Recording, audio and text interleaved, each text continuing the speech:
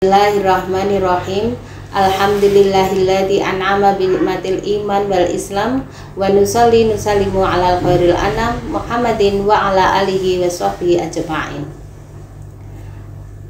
Pemirsa YouTube channel Muslimat Nahdlatul Ulama Kabupaten Tulungagung yang kami muliakan, puji syukur kita haturkan kehadirat Allah Subhanahu wa taala karena kita dipertemukan dengan penghujung bulan Ramadan. Mudah-mudahan ibadah dan amalan kita selama bulan Ramadan ini bisa mengantarkan kita menjadi hamba Allah yang muttaqin. Shalawat dan salam kita haturkan kehadirat Nabi besar Muhammad sallallahu alaihi wasallam biqauli Allahumma sholli wa sallim wa barik alaihi. Para pemirsa rahimakumullah, izinkan pada kesempatan kali ini saya menyampaikan sekelumit kalam dengan tema saling memaafkan tidak harus menunggu saat Lebaran Idul Fitri tiba. Sebagai makhluk sosial, seringkali kita berbuat salah secara lisan ataupun secara perilaku kepada keluarga, teman sejawat, rekan kerja, dan juga orang-orang di sekeliling kita. Ada beberapa hal yang menyebabkan kita seringkali tidak terjaga sikap kita ataupun perilaku kita. Di antaranya adalah satu, kurang mampunya kita menjaga lisan kita. Lidah adalah hal yang tidak bertulang. Karena itu kita harus berhati-hati bagaimana kita menjaga lisan kita sehingga tidak menyakiti orang-orang di sekeliling kita. Ada keluarga, ada rekan kerja, dan juga orang-orang sekeliling kita tidak tersakiti oleh lisan kita. Karena itu mari saya mengajak diri saya sendiri untuk senantiasa berhati-hati dalam menjaga lisan kita sehingga kita tidak menyakiti perasaan orang lain. Yang selanjutnya adalah hal yang seringkali menimbulkan kita salah kepada orang lain adalah tidak terjaganya perilaku. Mungkin karena hal yang kita miliki, karena harta benda, karena pangkat, karena jabatan, kita merasa yang paling benar, kita merasa yang paling punya. Seringkali kita berperilaku yang bisa menyebabkan orang lain terluka atau terdolimi dengan sikap kita. Selanjutnya adalah kita merasa tidak peduli atau cuek terhadap lingkungan sekeliling kita. Jadi kita merasa kita tidak membutuhkan orang lain. Itu adalah hal yang tidak benar, bahwa kita sebagai makhluk sosial kita tidak bisa hidup sendiri.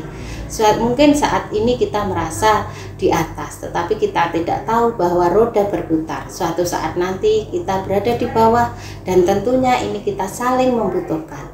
Karena itu mari kita bersama-sama untuk menghargai dan menghormati orang lain sehingga tidak menyakiti ataupun melukai perasaan orang lain. Selanjutnya, ketika kita punya salah, maka hendaklah kita untuk segera mohon maaf, dan juga bagi orang yang dimintai maaf hendaklah segera memaafkannya.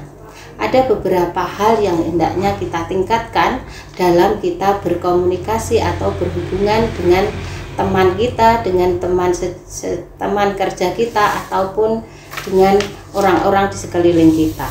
Di antaranya berikut adalah tindakan-tindakan yang bisa untuk menghindari atau menghindari perilaku-perilaku yang negatif. Di antaranya adalah menyadari kesalahan dan segera meminta maaf. Pemirsa YouTube channel rahimakumullah, lantas apa yang harus kita lakukan untuk meminimalisir dalam kita berbuat salah kepada orang lain? Ada beberapa hal ataupun sikap yang bisa kita lakukan untuk memperbaiki diri kita. Yang pertama adalah menyadari kesalahan kita dan bersegera untuk meminta maaf. Saya yakin tidak ada dari kita semua manusia yang tidak punya salah. Karena itu menyadari kesalahan kita dan meminta maaf, segera meminta maaf itu adalah hal yang dianjurkan oleh agama kita. Lantas apa yang bisa kita lakukan untuk mengurangi atau meminimalisir kesalahan kita terhadap orang lain? Yang pertama adalah menyadari kesalahan kita dan bersegera untuk minta maaf. Dengan menyadari kesalahan kita dan bersegera minta maaf, kita berharap orang yang mungkin tersakiti ataupun lukai dengan perkataan kita, dengan perbuatan kita, dengan kita meminta maaf secara langsung bisa membuat mereka lebih cepat untuk memaafkan kita. Demikian juga sebaliknya, ketika ada orang meminta maaf kepada kita, maka seyogyanya lah kita untuk memaafkan. Karena orang yang memaafkan orang lain adalah imbalannya adalah surga. Pemirsa rahimakumullah, Al-Quran telah banyak mengajarkan kepada kita untuk saling memaafkan. Di antaranya dalam surat An-Nisa ayat 149. Jika kamu menyatakan sesuatu kebijakan, menyembunyikannya atau memaafkan suatu kesalahan orang lain, maka sungguh Allah Maha Pemaaf dan Maha Kuasa. Dalam hal ini kita memberi maaf itu mungkin memang tidak mudah, karena ketika kita masih merasa tersakiti, kita belum bisa untuk memaafkan orang lain. Tetapi dengan kita memberi maaf, maka Allah telah memaafkan kepada kita. Maka apa yang kita tunggu? Mari kita berusaha untuk melapangkan dada kita. Ketika ada orang meminta maaf, kita segera memaafkannya. Yang kedua adalah surat Al-A'raf ayat 199. Jadilah pemaaf dan suruhlah orang mengerjakan yang ma'ruf, serta jangan pedulikan orang-orang yang bodoh. Dalam hal ini Allah telah mengajarkan kepada kita untuk sekali lagi menjadi seorang pemaaf. Jadi menjadi seorang pemaaf ini adalah tuntunan dari Al-Quran. Sekali lagi, jika ada yang meminta maaf, maka kita harus bersegera untuk memaafkannya. Bahkan dalam kitab Ihya Ulumuddin 5 yang dari sebuah hadis yang diriwayatkan oleh Abu Dawud yang menyatakan bahwa tidak halal bagi seorang muslim untuk tidak bertegur sapa itu lebih dari 3 hari. La yahilu li muslimin ayyahura akhahu fauqa salasan faman hajara fauqa salasin famata daholan nar. Jadi jika seorang muslim ini tidak bertegur sapa dengan saudaranya lebih dari 3 hari, maka ia akan masuk dalam neraka.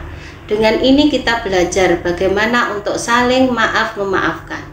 Sekali lagi, kita untuk saling memaafkan ini tidak harus menunggu datangnya bulan Syawal atau tidak harus menunggu hari raya Idul Fitri.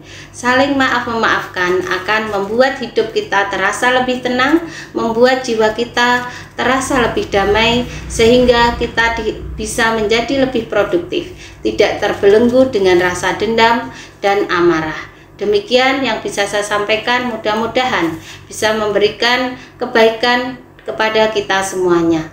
Wallahu muwaffiq ila aqwamit thoriq. Wassalamualaikum warahmatullahi wabarakatuh.